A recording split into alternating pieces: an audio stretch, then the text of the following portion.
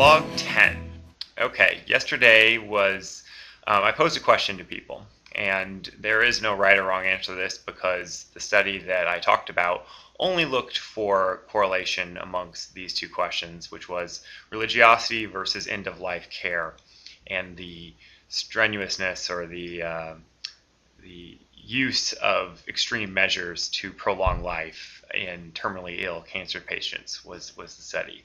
And what they found was that religious people that stated self-reported that faith was an extremely important part of their life and their coping process, was 3 times likely to use exhaustive measures to stay alive, and fight it down to the very end using artificial respiration and resuscitation. These type of things is how they categorized kind of heroic measures is what they called it, versus people that stated not religious or not on the other end of the spectrum. Essentially, it doesn't necessarily mean they're atheists or anything, or agnostics or non-believers, but more into that direction. And there's a lot of people put forth some ideas.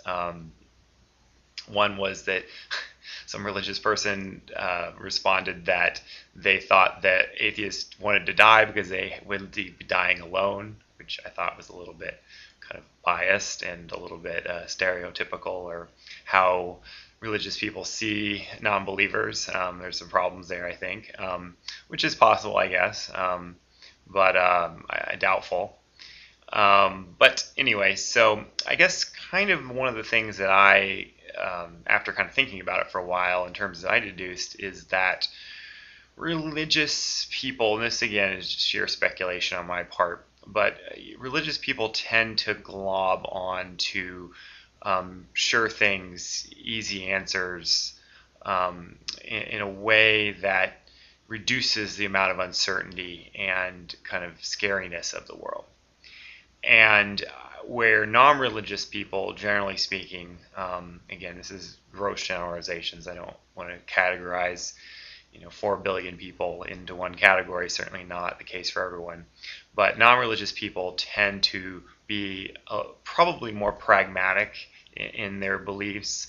When you give up kind of the idea of religiosity, I think you give up an idea of certainty about anything, that things are very much uncertain. There's an uncertain life that you live when you give up the idea that there's a plan for you, and that anything and all things can kind of happen at any given time. And also, to a certain degree, if you've been non-religious and you are kind of secularist or naturalist, secular humanist, that type of person, you tend to be thinking about your death as something that is going to happen. So I think when you get to that end point, there isn't a shock or an awe that you're going to die. You've always known that, and you know that that's the end. And that's where kind of the pragmatism comes in, that to resuscitate or be on a ventilator really isn't living anymore. You're not preventing anything. You are essentially already dead, in any meaningful way, I think, especially if you're in severe pain.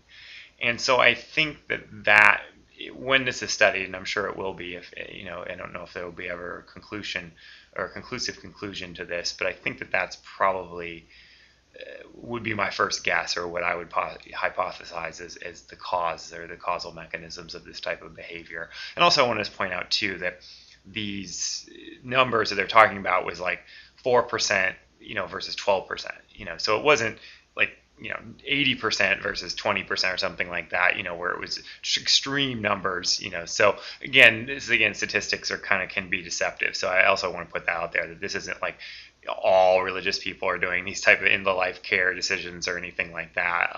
But there is a correlation there, and it is somewhat interesting. So anyway, that's the first part. I wanted to just talk about that. Kind of reminds me of my Dear God episodes that I used to do, and that kind of segues into the next part, and that is kind of most embarrassing YouTube videos that you've ever made. And I've never seen this asked before, and I want to hopefully put forth the question to everyone else is, what's your most embarrassing YouTube video that you've ever made? The one that you maybe isn't public anymore, but maybe is still private, or you still have on your hard drive. I can share mine, and this is 2.5, 3 years ago. Again, when I was doing my Dear God show, there was a channel, and you may be familiar with it, you've been on YouTube for a long time, called Lonely Girl 15. And for a good, man, I don't know, 6 months or so, there was a lot of speculation whether this channel was legit or not. Was it a produced, was there professional people behind it, or was it genuinely like two kids in their bedroom essentially on a webcam?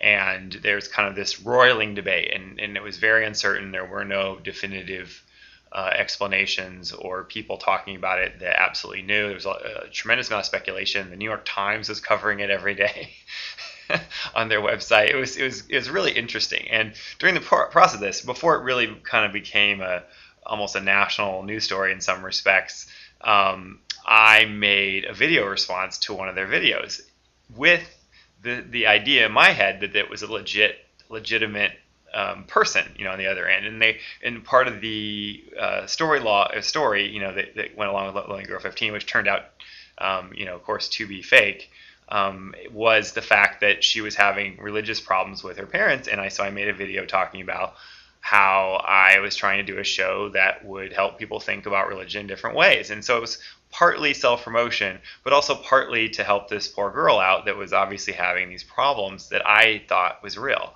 And that's embarrassing enough, but as this whole thing roils on and goes on, I also made two videos that were in the pro Lonely Girl 15 is a legitimate, it is not a professional production to a certain degree. And I stated my reasons and tried to use critical thinking to deduce, what was I thought was the best assumption about it, because of course no one knew at that time. And I had made two very long-winded videos. And sure enough, like probably after the second video I did on that subject, was exposed that they indeed were a very small-time production crew of a handful of people making the show, and they were indeed actors. And so there was a lot of people that made me eat a lot of crow, I guess, with that video. And I didn't waste any time. The morning that I found out about it, I immediately made a video kind of, not necessarily apologizing, but saying that I was wrong, and to spare some of the I told you so type crowd that I knew was coming. So anyway, I will unprivate one of those videos and post it as a video response to this, so you can see it. It's not exactly my most shining moment on YouTube, but it's for fun. So if you have a most embarrassing video that you can post it as a video response or make a video and talk about it. I think it'd be kind of fun to see those. So anyway, until next time, take care.